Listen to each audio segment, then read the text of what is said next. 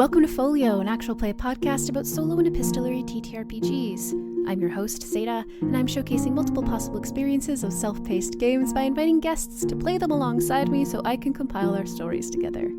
You can support the show financially at patreon.com/foliopod to vote on games and get access to the bonus podcast feed, or join there as a free member to get somewhat delayed access to the bonus podcast feed. Or, this is episode 2 of our games of Skyworthy, a journaling game of iconic skyships and the captains who fly them by a couple of drakes. With me again are Caleb, Zane, Huett, and Connor C. You can follow Caleb's work on Bluesky at Haunted Table and pick up Triangle Agency, an award-winning game of paranormal investigation and corporate horror, at shop.hauntedtable.games and hauntedtable.h.io. You cannot follow Connor. He's already right behind you. Last episode, we established what we were made for, who our first captains are, and any changes they made to us as they came aboard. Today, we're going to see the rest of their time with us and meet our second captains. Okay, now I'm going to draw a card for a second chance of a refit. Draw a card for a second chance of a refit. Next step is to draw a card for a second chance of a refit. No, I drew a heart, so that means no refit for me. Diamonds. Nope. No refit the second time. I drew a club, which does not match one of my captain's cards.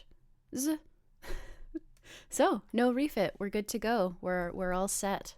After that, I draw an event card. Okay, so now I'm going to go to my first flights. Draw a card and turn to the first flight's prompt table. Spades.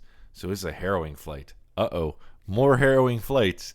Who gave this guy a boat? I drew a diamond. My next card is hearts. If you draw a diamond or a heart, choose a prompt from notable firsts. Answer the prompt that speaks to my heart, and then cross it out. Okay. Uh-oh. I have to decide. Actually, I know when Satah did this, they just rolled a d6. I hate choosing. Luckily, this table is beautifully numbered 1 to 6. So, roll in my little d6. 6. Memento Mori. Your voyage brings you across the remains of a creature too big to be believed. How does your crew react? That's fascinating. I do think that, first, this is an indication that Laura took the crew members who retired back to her hometown. She took their criticism seriously and has started going places a little more adventurously. Maybe not immediately, because first they need to play that game hard for 6 months so that she can make sure everybody's getting paid what they're worth.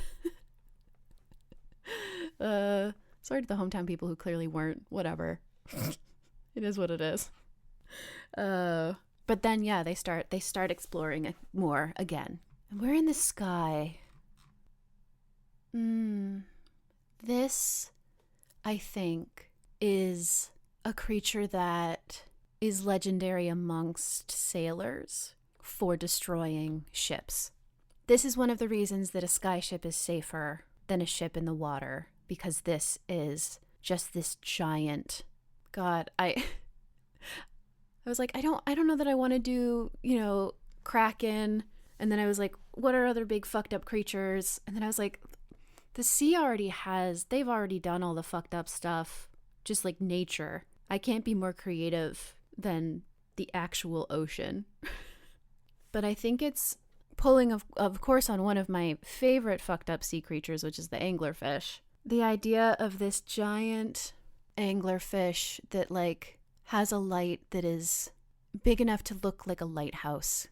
And I think that I think the tales that are told of this creature are that it attacks ships on purpose. I don't think that's true. I think that what it is that it just has it's not a deep sea creature. It is like a water skimmer, like those bugs that will just hop along the water. It's like that, but enormous. And it breathes in and out. And when it breathes out, I think it's somewhat on the surface and somewhat under the surface. And because it's so huge, it being under the surface, you could technically just sail over it. But because it's breathing out, it's causing these whirlpools and this these waves and just chaos. I think it breathes very slowly and unpredictably. And so you never know when the water is going to be clear and when it's suddenly going to be this horrible storm. And it does look like it's the false sense of safety makes it even worse, right? It looks like the lighthouse. It looks like this is going to be clear water. Though lighthouses are saying don't come here, right? They're marking like, hey, there's an outcropping here. Don't fucking run into it. That's interesting to me. Yeah. So it's talked about as a threat, right? Where it's like, ooh, it's drawing you in. It's saying, hey, this is safety. When actually it's doing what a lighthouse is supposed to do in a lot of ways, which is say like, hey, careful. Like you wouldn't be able to see, you can't see the danger. Let me illuminate it for you. It isn't the only one of its kind. You know, there are a lot of them. And I think that probably like they can go underwater for long periods of time. You know, they have air reserves or something, but they do have to come up. And we see one, we're flying over it. This is the privilege of a skyship. We realize like, okay, we've got our full crew back. We can go where a lot of people can't. Let's do it. And I think it's like, is it floating? Is it beached? I think we're flying and we know that we're looking for an island. And someone points it out and says, is that it? It's a little too soon, right? And everyone sort of, you know, hops on the telescopes and whatever. And we're looking and realize like, oh, it's one of those creatures. And I think what it is that when they die, they naturally float up to the surface until all of the air that they had was expelled. And then they sink back down. And so we're seeing this like moment almost. I think it's not, they're huge, right? So it's a couple hours, but it's still relatively like a moment that they are dead and visible. And we're watching the ripples.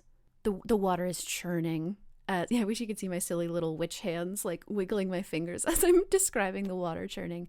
The water is churning as all of the air is expelling out of their body. And then it sinks when it's empty. I imagine a lot of the crew knows people who have died.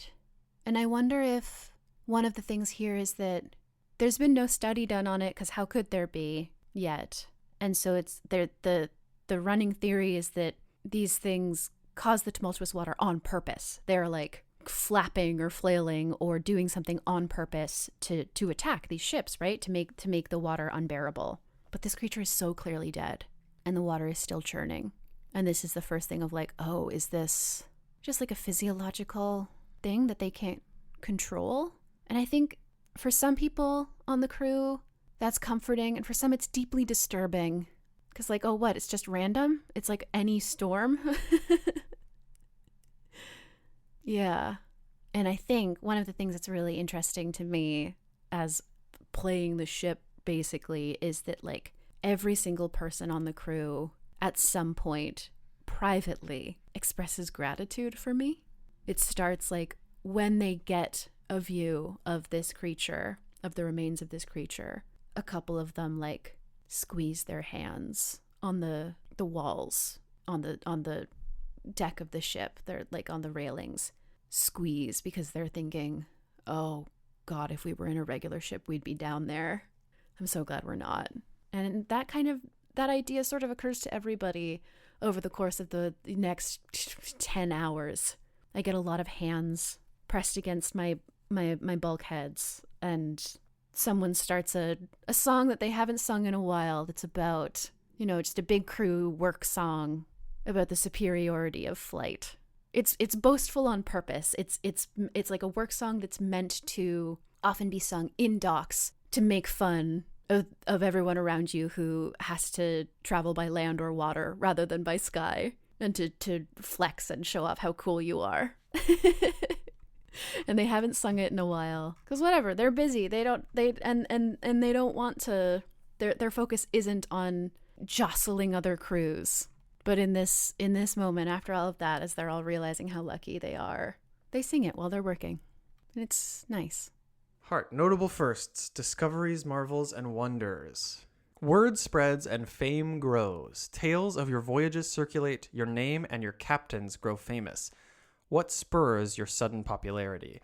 And we're going to name this captain real quick. Her name is Admiral Glavic.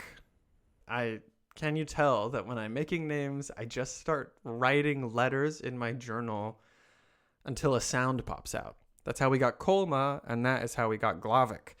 So Admiral Glavik and I, the Green Blade, who wield the long nines, become famous as tales of our voyages circulate.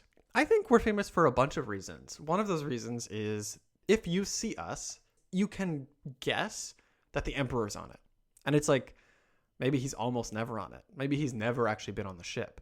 But if he's going to be on any ship, it's going to be our ship. So every time anyone sees it, there's that threat of and that exciting tension. Like the Emperor could be right there. The Emperor could be coming to our town. And if it's not the Emperor, it might be one of his closest confidants. And if it's not one of his closest confidants, it might be a bunch of really interesting crystals. So no matter what, if you see us, something interesting is happening, at least from the perspective of the citizens. And what spurs our sudden popularity, I think, is what I described. We participated in a fight where nobody survived but us. Not even just our ships, which I think is the original prompt, that it was the others in our fleet. But I think of anyone. I think every other ship crashed. And I think as a result, we made the point. Like, we confirmed the Green Blade works, the Green Blade is scary, and the long nines are not to be trifled with. All right, I have returned with the die. I've got a nice plain white D6 with some black numbers on it, just so you know, you at home can follow along with the very die that I'm rolling. 6. Desperation, the mother of invention. Something vital breaks while you're under sail. What is it? What makes it vital? And how does your crew manage to keep you skyworthy? Boy, why did I have such an exciting party beforehand? Yeah, no, let's, I mean, we've established that, you know, there's a heart inside the ship. I don't know if I want to be like, you know, he broke the ship's heart. So maybe we can find something else to break. Okay, so let's walk you through my thought process a little bit and see if talking out loud doesn't actually get me to an answer here. So I mean, again, I'm talking about this ship, kind of like it's some organic thing. It is blue and it's glimmering and it's translucent. It catches the sun's fire. Yeah. So I think the way that this ship is powered is through solar energy. Even King Thundercloud knows to invest in his renewables. But yeah, it's powered on solar energy. And so that glimmering and glinting of fire when you look at the wings from up above near the sun is like a solar panel reaction.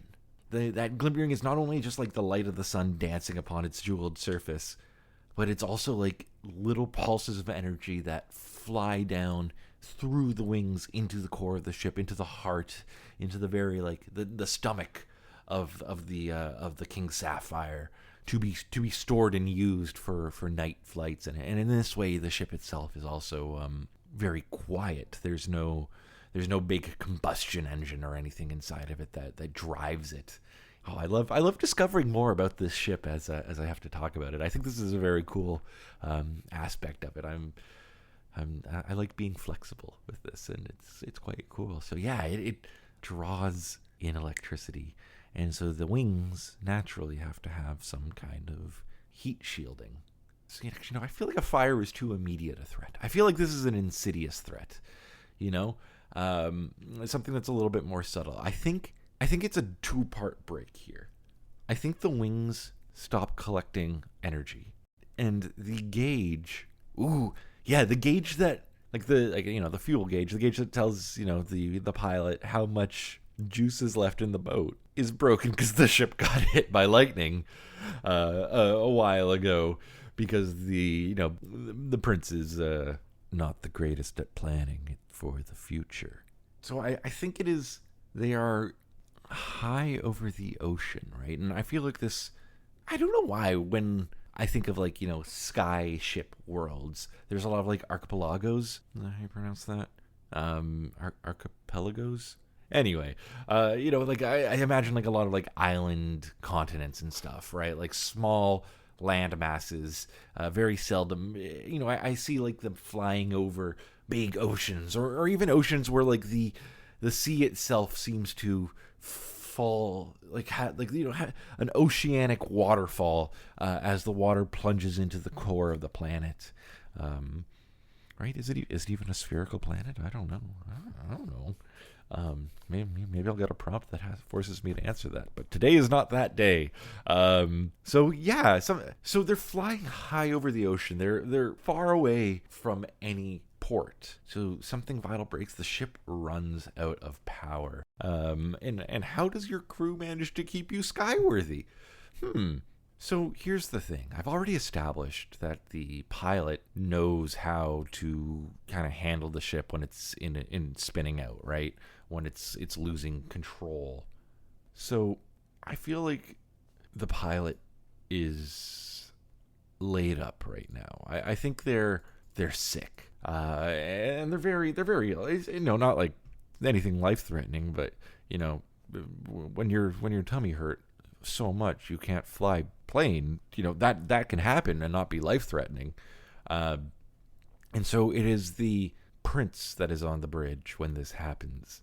And I think this is where I think this is where the prince can't just order his way out of this situation. Yeah, he was put on the bridge to be like, it's going to be easy. He's taken some very basic flying things before, and it's very much, there's like a lot of autopilots and stuff. So it's just, pointed in the right direction. The ship will go there and it'll take care of itself. Just, keep an eye on the fuel gauge and stuff, which is not working. And then what happens is that the ship starts to list very slightly. And the prince doesn't realize this. And, people aren't really paying super hard attention to any of the controls. And then it starts to tilt even more, and it starts to accelerate as it starts to tip and fall out of the air. And I think the prince has to swallow his pride here. I think not being able to order people to save him from this situation, he's on his comms, which I imagine right now are a bit of a fun little series of tubes, right? Like you're basic, like I'm talking into a horn and there's a horn somewhere else on the other side of the ship that spits it out. So he's trying to talk to the pilot, and the pilot's there, lying in bed, tummy full of hurt right now, trying to tell the prince how to steer the ship. Is like, first you got to engage the central manifold. He's like, I don't know where the central manifold is. He's like, you got to look for the red lever. What is red? He's like, you really don't know what the color red is? I have a very limited education. I've gotten by very much on my family name up until now. So, then it's like it's the color of the wine you drink. Oh, I know what red is.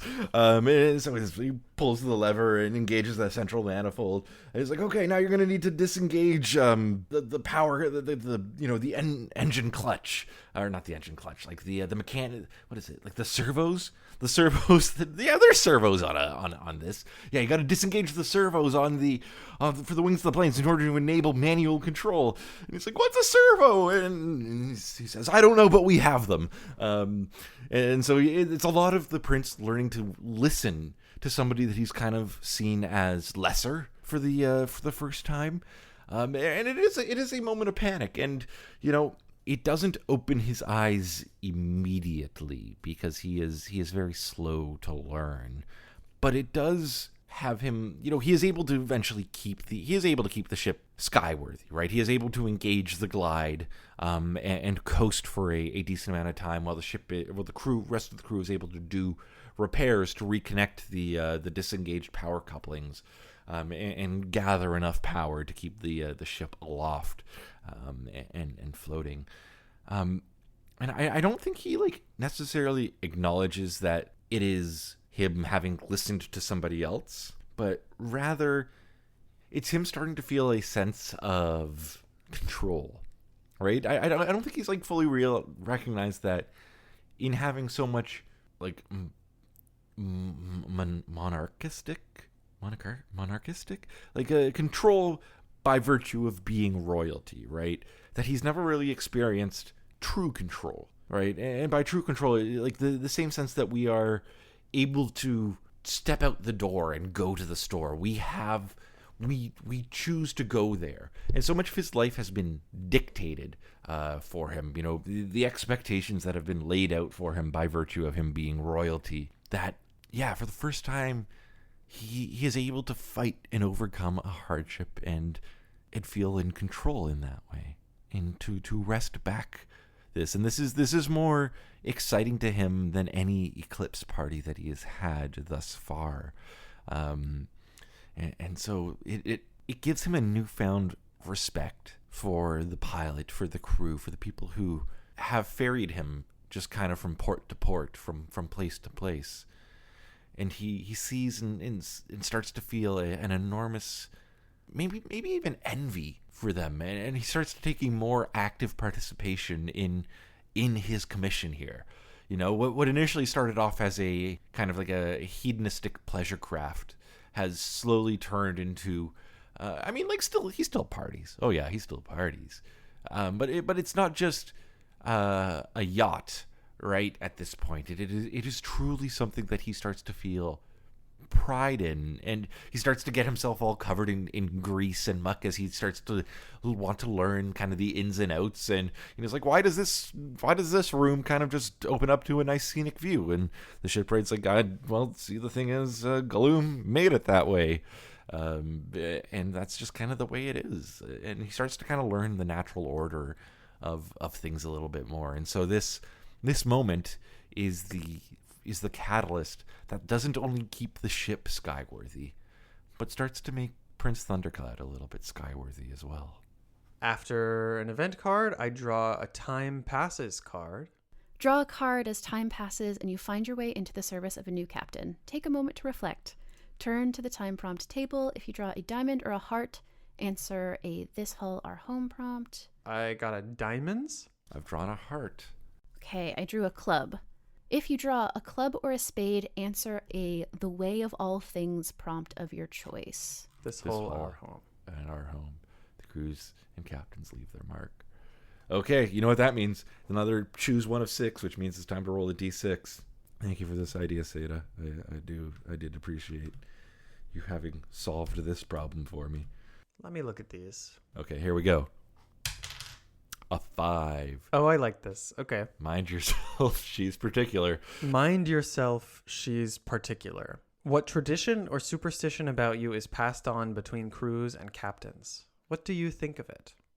I think as this group moves on, there's an interesting superstition that has to do with something that nobody even really knows about, which is what I mentioned with the metal of my design being off. As a result of using the incorrect metal, the ship itself is actually imbalanced. Not just heavier, but a little bit imbalanced. Will tilt to one side or the other, just a little bit in particular wind conditions. And there are 2 results of that.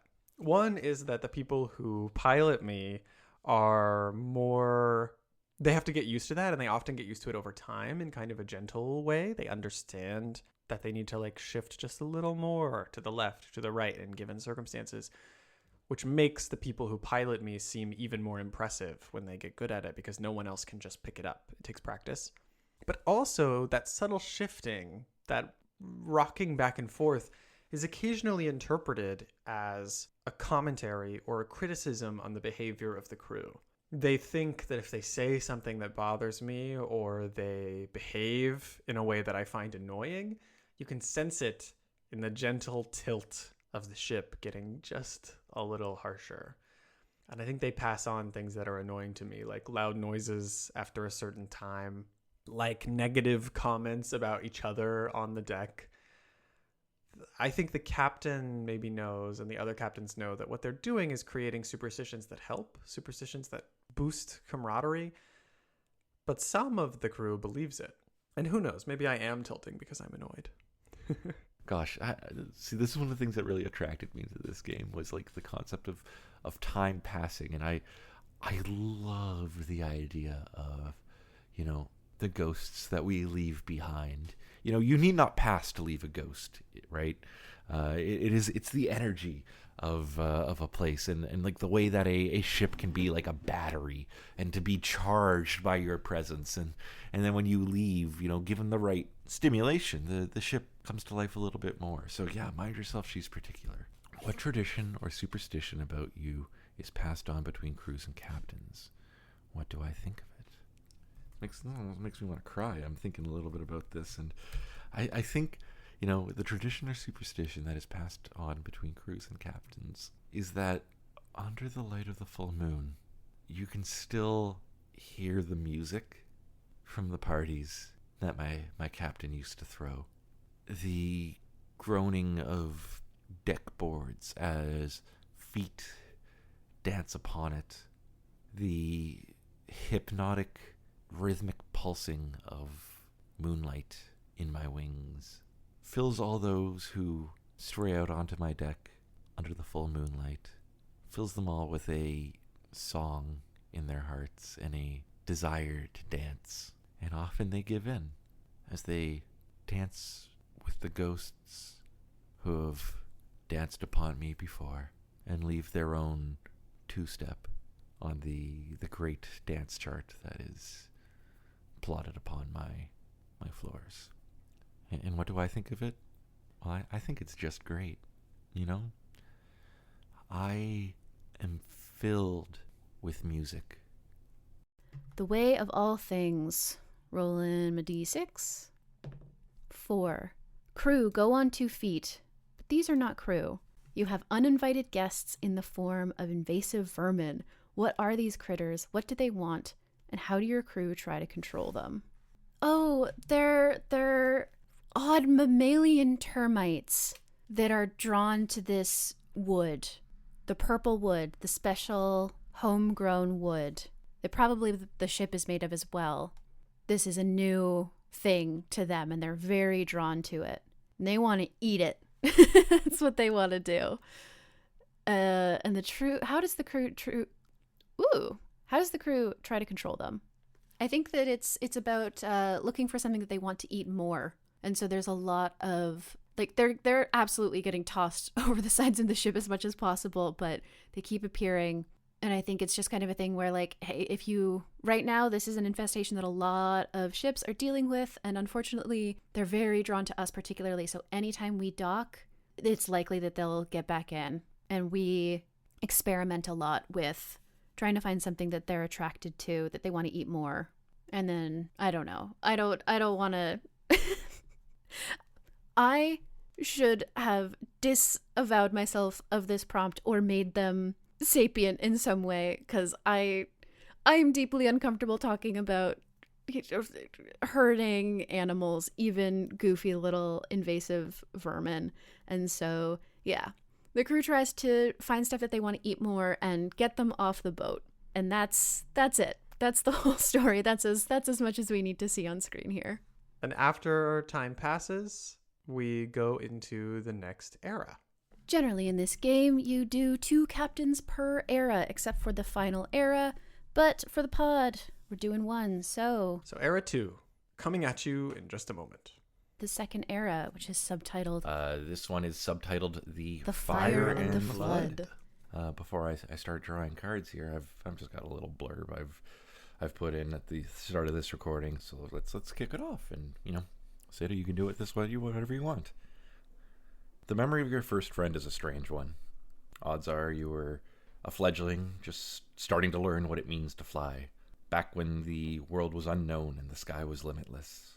Together, you laid the foundations of what you will become for the rest of your life, and then time passes and you find yourselves grown apart.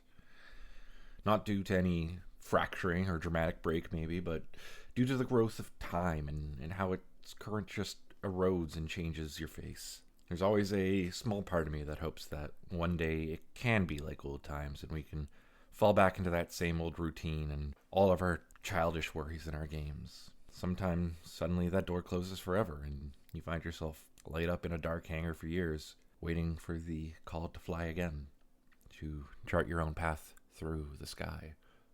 And I'm about to be called again.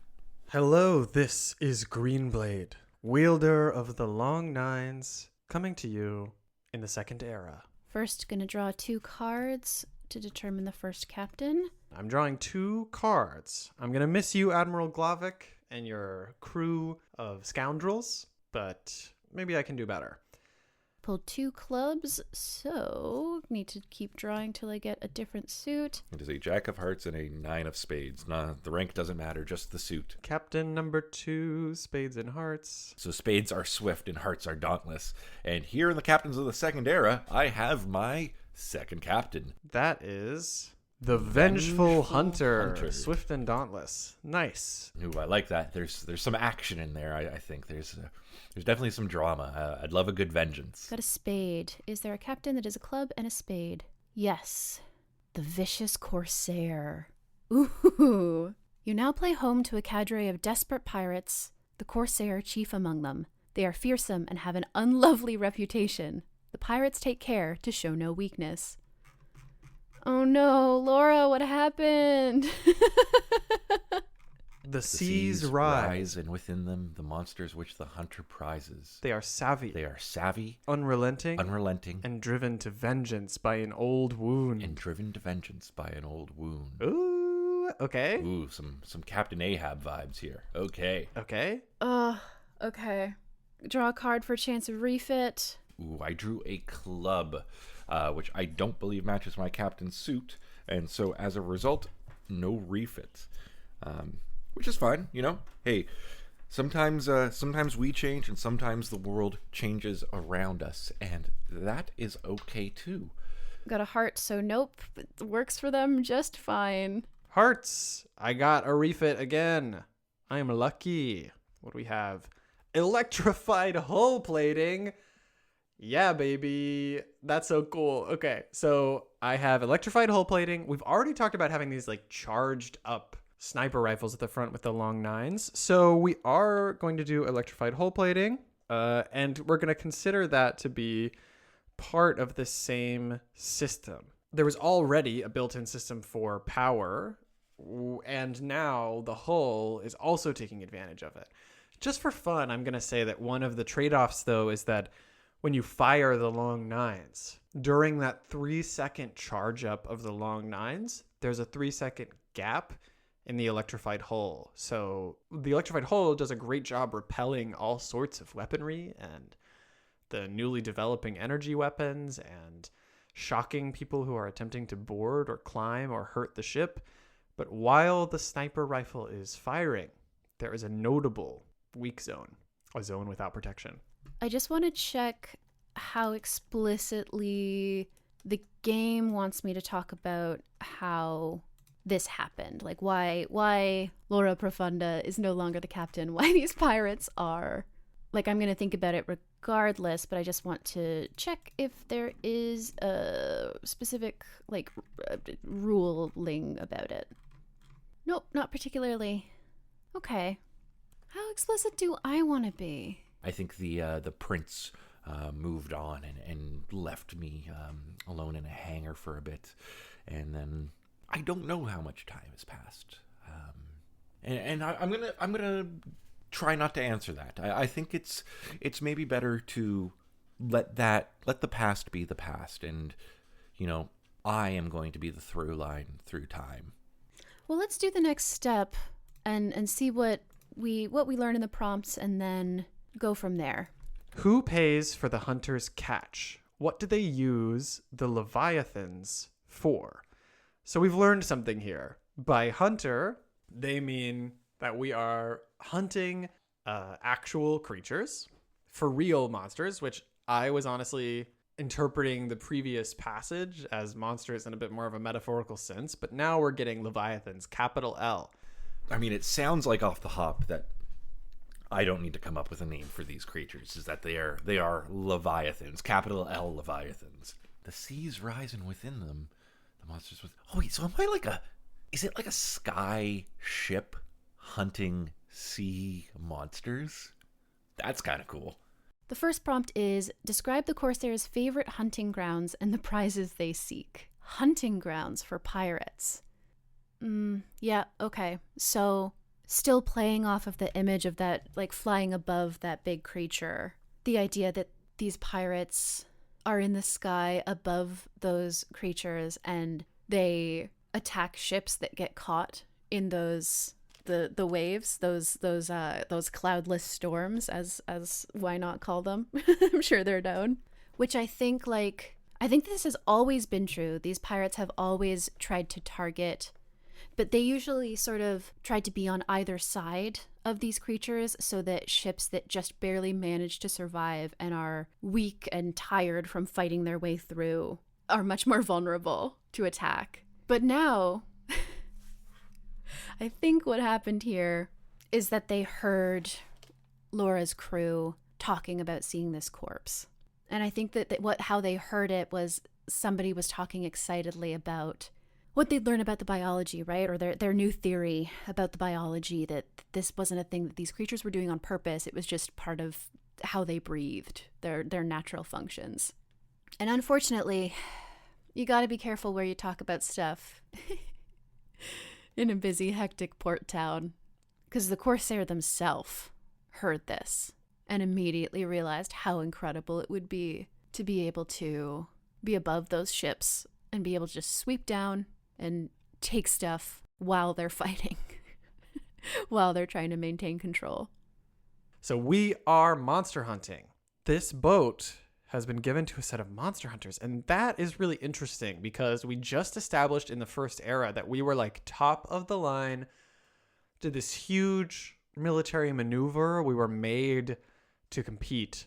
And I think the situation has got to be that designs have moved on.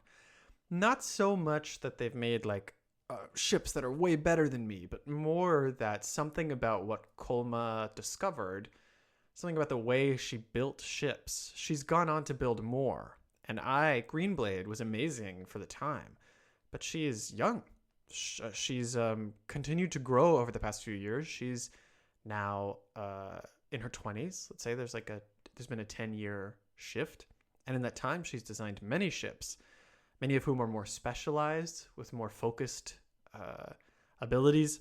And the Greenblade has fallen out of favor, or at least our particular Greenblade has fallen out of favor with the Empire itself, as sturdier ships are developed for transportation, as faster, smaller ships are developed for the VIPs who need to be moved around.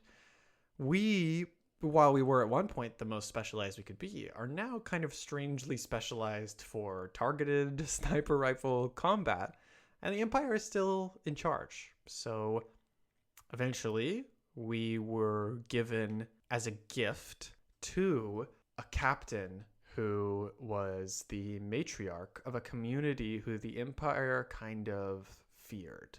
And I think this is because they are a community that knows a lot about the Leviathans. The Leviathans are amphibious beasts in the real sea and in the sky. The ability to fly and to swim, but who do not have legs and are not able to function on land. So I don't know if amphibious still counts when that's the case, if there's no land involved, but it seems fine to me to say that. Doesn't amphibian just mean both? Two things?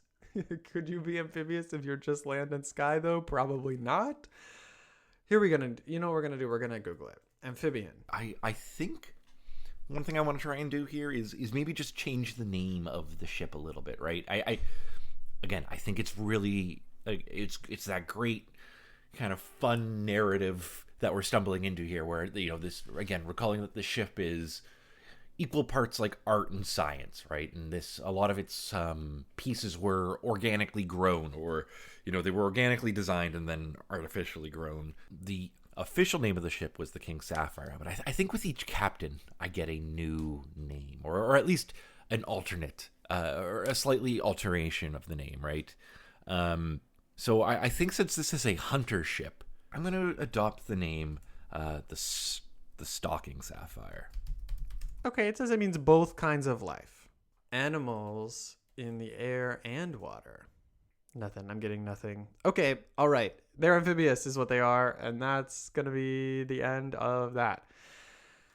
Leviathans are amphibious beasts that fly through the air and swim in the sea, and the Empire does not know what to do with them. But there are an entire community of people who hunts them and keeps them from getting too powerful in number, so that they can't like swarm, the land, eating all of our birds and destroying all of our skyships. But they also sometimes use them as skyships, this community.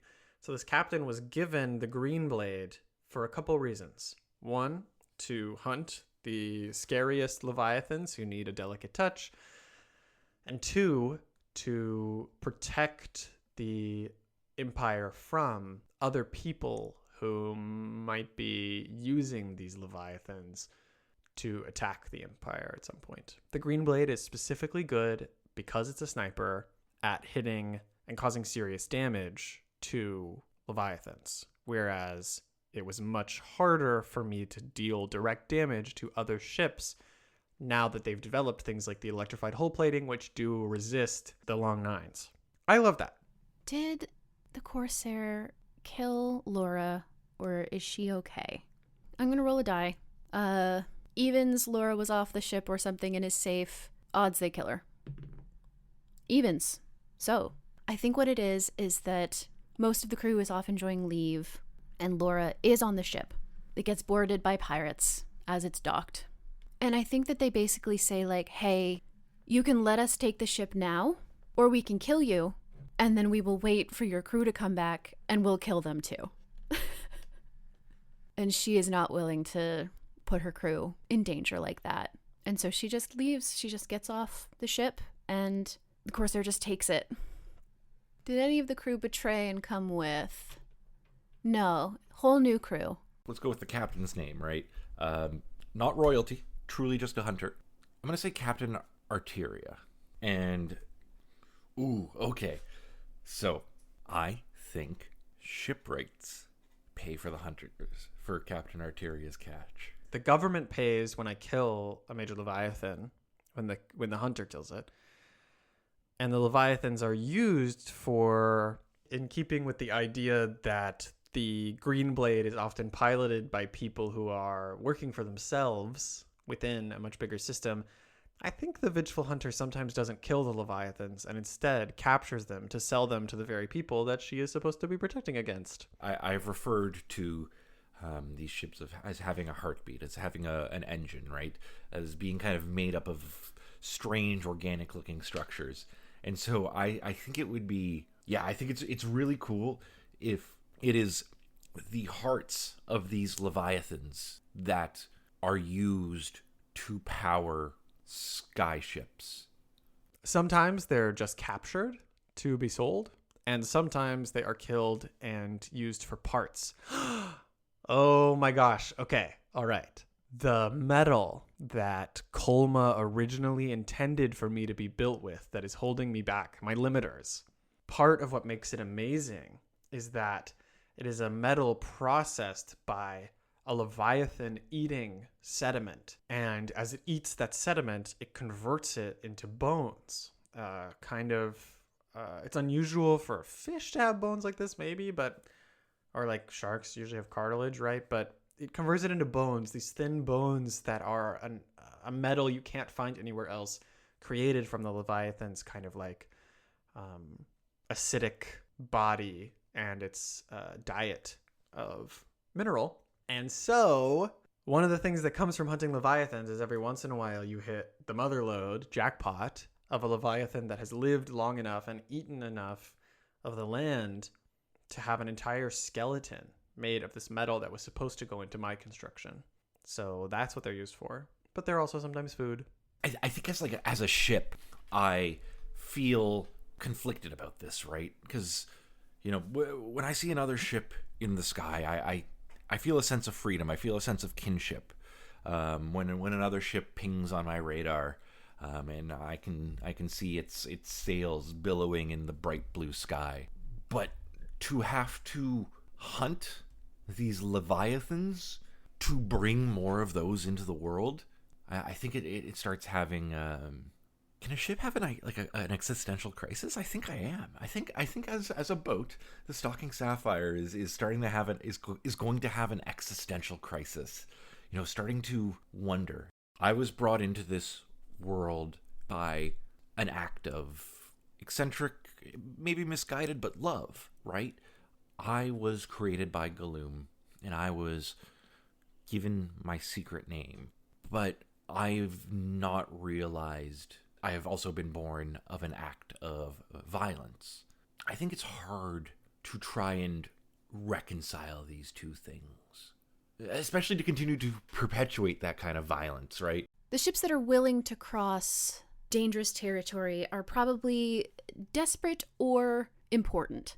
And both of those things are valuable. They can be, they're differently applicable, but they're valuable. If they're important, then whatever they have on board is certainly worth something. If they're desperate, I'm sure that that's how they've got, that's a lot of how they get crew. And just take them for all they're worth as much as possible. Maybe as like cities are like nearby like the coasts, Leviathans often launch attacks on these cities. Maybe there's like some drive that they have to cause the sea to reclaim the land. Leviathans are an act of nature. Yes, yeah, they are. You know, when a tsunami happens, it is a true force of nature. It is the sea swallowing up the land. And I love the idea that it's like, you know, it is futile to fight against the tides. It is futile to fight against the waves, because you can never kill a wave. But what if you could? Captain Arteria, she is a I see like a very like a crimson-haired, almost sharp jawline, and just like gray eyes or something. Just like, you know, eyes that have maybe seen too much, and she has been driven to vengeance because she grew up in a seaside village who, you know, marveled at the sky ships and marveled at the sea, but they really sought to live in, you know, give respect and honor the sea for all it gives us, right? You won't awaken the ire of the Leviathans, and I think her home was destroyed by a Leviathan. Tell the story of the hunters wounding by a particular Leviathan and the day they have their opportunity for revenge. I think Arteria was training as a rope maker. A rope smith? Yes. And on the day she was to open her own shop, so she apprenticed for many years, her village was destroyed by a Leviathan. Imagine a giant narwhal, this whale-like Leviathan with a long, sharp horn on its head.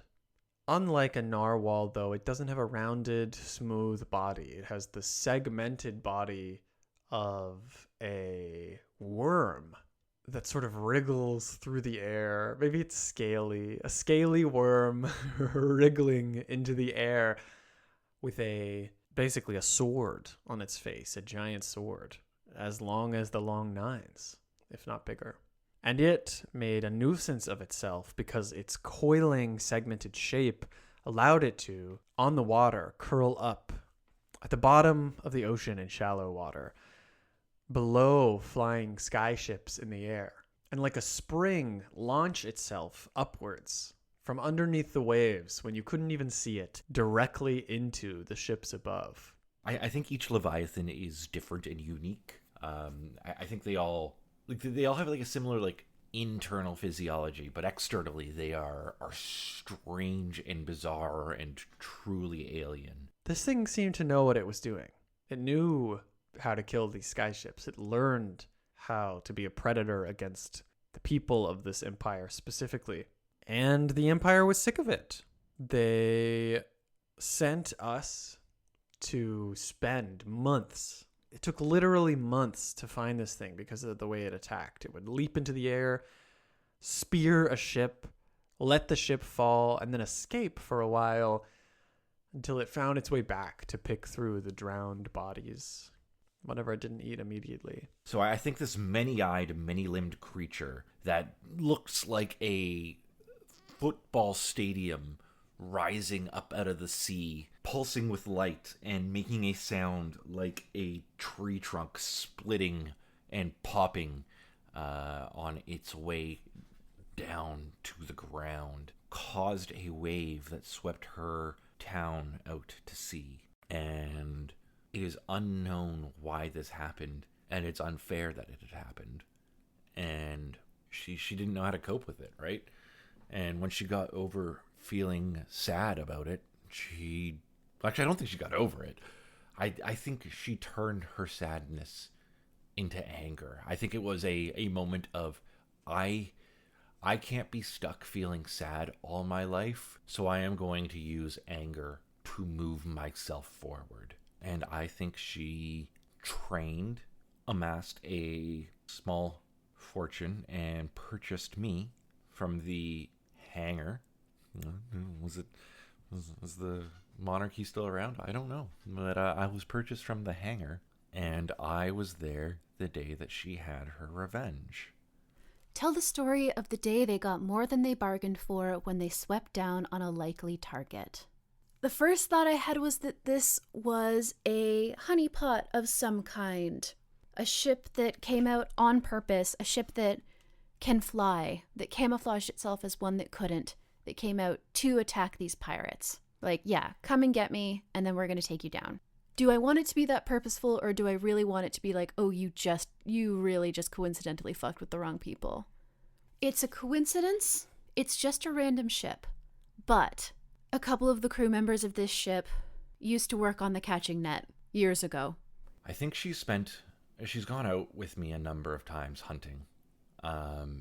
And she's always listening for that sound of the exploding trees, of a forest aflame, or like the biggest sheet of bubble wrap you've ever seen.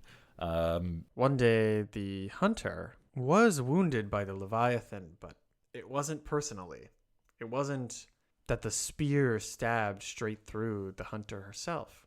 We were docked along the coast of the continent, waiting for a ship that was bringing the hunter's daughter, a teenager who I had never met. Greenblade, had never met, because she'd never come to the ship before. She was asked to come here. She was sent from home for the hunter because it was time for her to be trained to become my captain one day. But the ship that brought her across the waves down the coast was speared by this great Leviathan. And by horrible, horrible chance, when we heard of a ship being destroyed and we sped there immediately, there was no saving her. She hears it one day, right? I think she goes out in search of another Leviathan. I think she's always chasing tails, right? Trying to find the one that destroyed her home. And finally, she comes across it. I think maybe she refers to it as like the tree splitter or something, right? Let's call it the tree splitter, just to give it a name, right? Instead of just the generic, the Leviathan. And I think when she finds it, she hesitates. I think she changes her tact, right?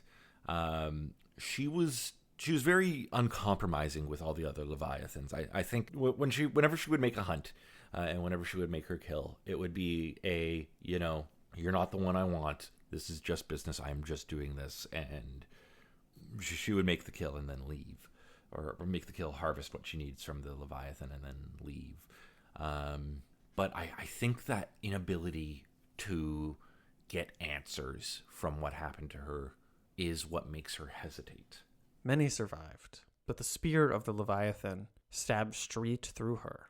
I think Laura got a new ship and hired a bunch of people and tried her best, but it was never quite the same, right? And a lot of them have dispersed, and we're not following her story or their story, so I don't know. But a couple of the crew that worked on the catching net have ended up here on this ship, crossing this ocean in the exact way they were so grateful to not have to do anymore. But what that means is they know the net's vulnerabilities. And so the pirates board, and I picture them like hovering beside, like out of the reach of the waves, just able to hop on and get off easily. Not easily, but they managed to make it work. And these former crew members board them. They also take the opportunity in the chaos to get on the ship. Do they try to take it down, or do they just try to get away? I think that they're trying to reclaim it. Like, they're trying to be like, hey, maybe we can just take the ship. She flies above tree splitter, which is currently breaching in the middle of the ocean, right? It is coming up, and she looks upon like a blue island of like limbs. You know what? Yeah, let's get weird with it.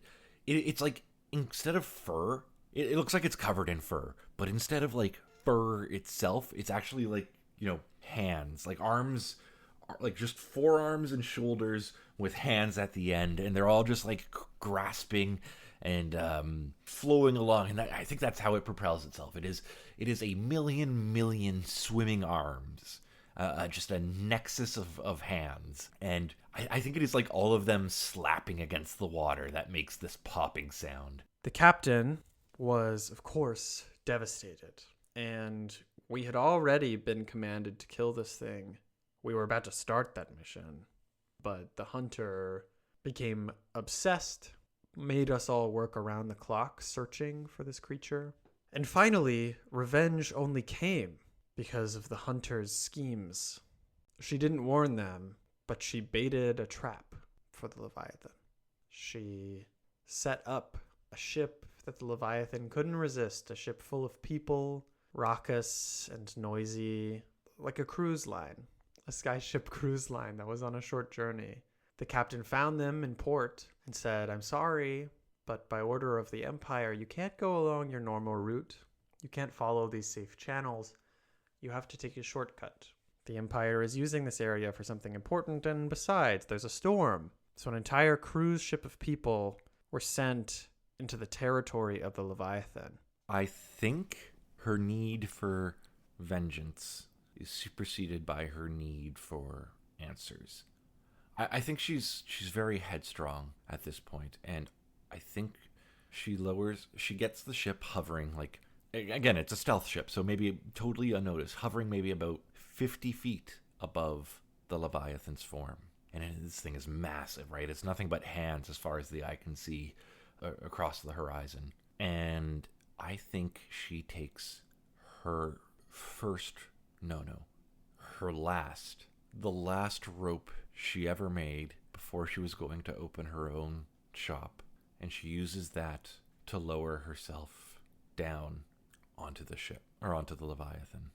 And I think when she is there, I mean, she's grasped at by these hands, right? They're not terribly strong, right? They're almost like they kind of look like jellyfish a little bit, but she's able to break free from their grasps fairly easily. But she stands there amongst this island of hands, just clasping up towards the sky.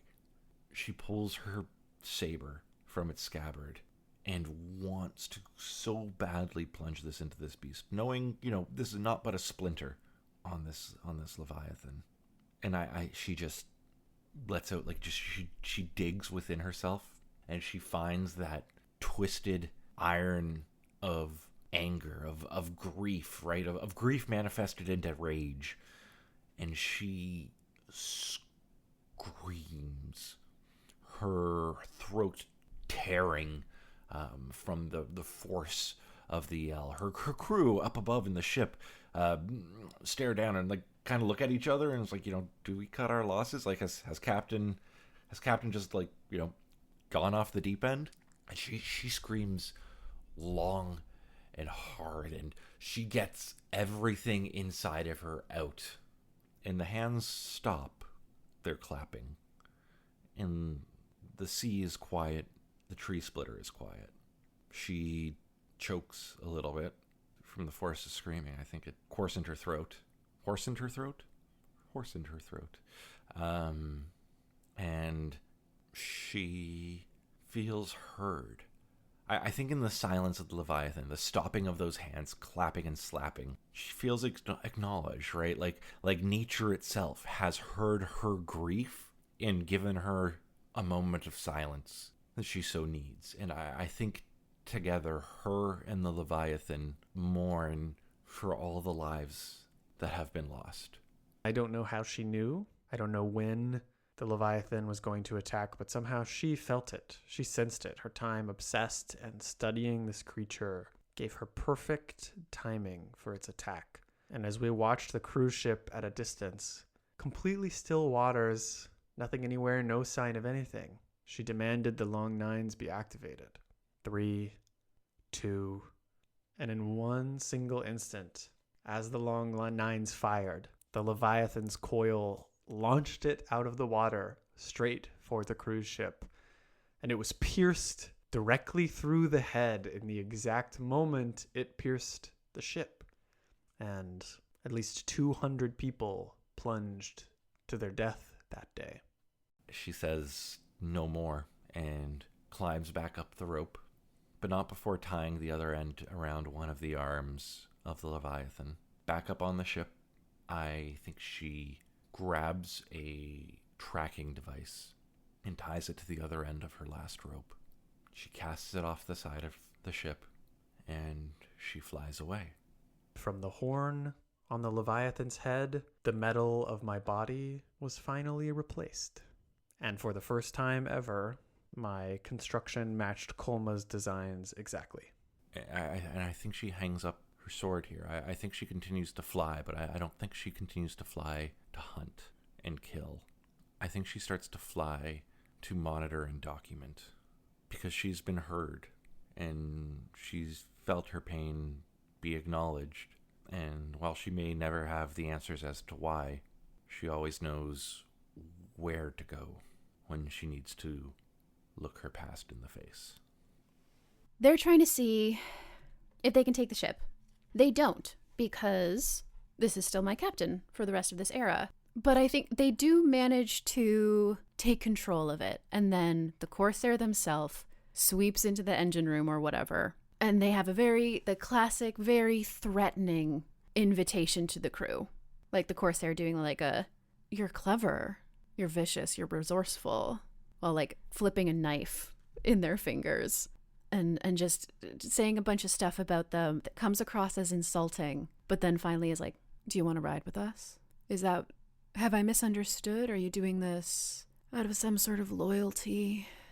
Gestures with their head to the ship that is still being attacked. Or probably not being attacked. Everyone has had to retreat because they managed to take the ship.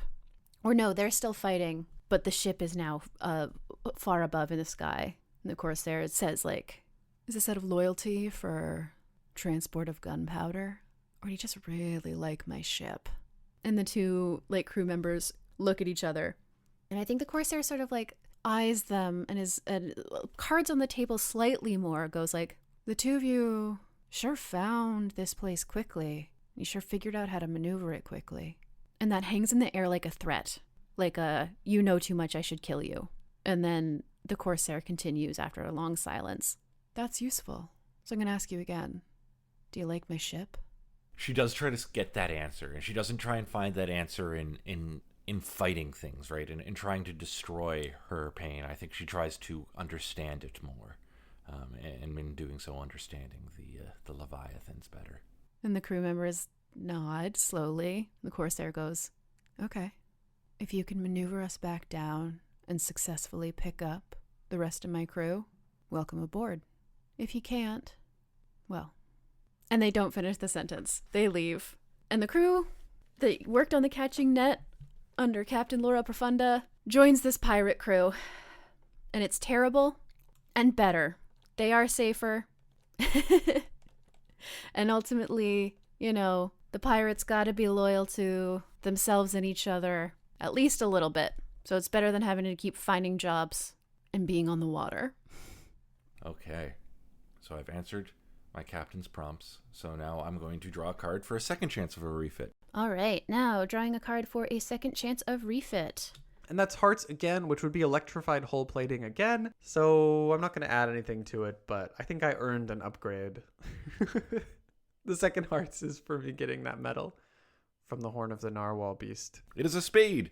Ooh, I get a second refit. Drew spades, which is one of the captain's tags. Swift station keeping jets. I think quite simply this is like something that makes it easier, because usually somebody has to be manually and with great difficulty controlling the ship to keep it hovering as they're attacking beside one of the other ships, beside the ship that is also fighting the cloudless storm. And these are just jets that make it hover above a certain amount above the water.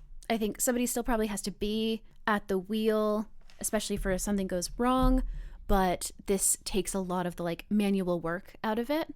My refit as a vengeful hunter, as a swift, is a dual sweep drive modification. So the fact that it's, I think it's adding a dual sweep drive. And we all know what dual sweep drives do, right? No? Oh, well then let me tell you. I don't know what a dual sweep drive does. Give me a second. I like the idea that one of the crew members, the former Catching Net crew members that they recruited, was the one who was talking excitedly about the biology and is a little bit of a like science-y, likes to learn, likes to know things. And they shyly go up to the Corsair at one point and show them a complicated diagram that shows like air pressure and the water's reaction. The Corsair looks at it and looks up at them completely deadpan. The fuck is this? And the crew member's like, it's an idea. I don't know how you do it, but and explains the idea of like being able to hover. And this like gets the Corsair's mind working, and they realize like they've seen this on ships. They use it as part of a docking procedure. It like there are these jets of the air that are on the side of the ship that they sort of burst out to help keep the ship from crashing into the wall in very like narrow ports, because everything is so like DIY and everything. It's really hard to always know, and there's like so many conflicting standards. Docking is hard, and this is something that has been added to a lot of ships to help to make docking in weird ports a little bit safer and easier. And they basically realize like, oh, if we took some of those and like, juiced them a little, we can probably use them to do that. And they absolutely just there's next time they see a ship that has those, probably a few different ships actually, they need a few of them. They attack the ship and surprise the crew on the ship they're attacking by not really taking anything from them, by just coming on, threatening them, and then seemingly disappearing. But what they've actually done is somebody has been sent to the sides of the ship to start ripping these jets off. And after they've attacked like 3 to 5 ships that have them, they have enough and they tinker with them, and they now have these jets that will help them hover beside ships they're attacking. Okay. So I think this is what a dual sweep drive does. Okay. It's I think it's like what on ships they call them like azimuthal motors or something. The idea being, right, a standard sky ship can go forward, backwards, or stop, and stay kind of parked and hovering in the and also up and down, right? They kind of go in those two acts in that kind of one plane of travel: forward, backwards, up, down. And of course it can turn, right, like by pivoting its body, but it does have like a certain axis of thrust. And so I think the dual sweep drive modification allows the ship to strafe, right? Allows it to move perpendicular to its main axis of movement. Yeah, what does that look like though? Because again, I think the ship kind of looks like a big bird, right? Up on the tail wings is where the bridge is, right? Because it overlooks the flat of the bird's back, and that's where like the out deck or the upper deck is, where parties used to be had. And you can see upon the wings, and there's up in the beak where like the battle stations are, where you get to do your sensors and your surveys and your attack plans. And I think like under the wings is where the main sweep engine or the sweep drives exist. And so I think the dual sweep engines go at the bow and at the aft of the ship, right? At the back, I think they kind of look like bird's feet, but like bird's feet when they're like making little fists, when they got something in their little hands, or in their little feet. So it's like little fists at the front or at the back, and at the front, I think it looks like eyes, right? I think it getting those installed makes them look kind of like eyes at the very front. And so this thing starts to take a bit more of a that mechano-organic appearance, as it has engines for legs and engines for eyes. That wasn't even my event card. I love the captain's prompts too much. Okay. I maybe got a little wrapped up in that first one there. This has been Folio, an actual play podcast about solo and otherwise self-paced TTRPGs. To find where you can find the show, check out foliopod.card.co. Sign up as a paid member at patreon.com/foliopod to vote on games and get early access to the bonus feed with edited audio-only versions of live streams a little while after they happen and occasional other stuff. You can follow Caleb Zane Hewitt's work on Bluesky at hauntedtable.games.social. Triangle Agency, an award-winning game of paranormal investigation and corporate horror, is available now at shop.hauntedtable.games and hauntedtable.itch.io. You cannot follow Connor anywhere, but he wants to recommend that you support your local library and take a little walk to appreciate something small and beautiful. You can follow Satah, that's me, on Bluesky at satahchips.gaygothvibes.online, and check out my work at gaygothvibes.online. I'm refusing to do retakes of my own social media handle and website because it's my fault that they're so long and stupid. Affectionate tone, and I deserve to live in the reality of that. That's all. Next week, Caleb and Connor and I will continue our games of Skyworthy by a couple of Drakes. Everything I mentioned here is linked in the show notes. Thanks so much for listening, and take care out there.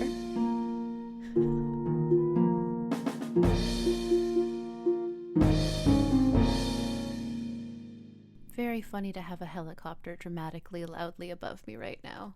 That's a skyship, baby.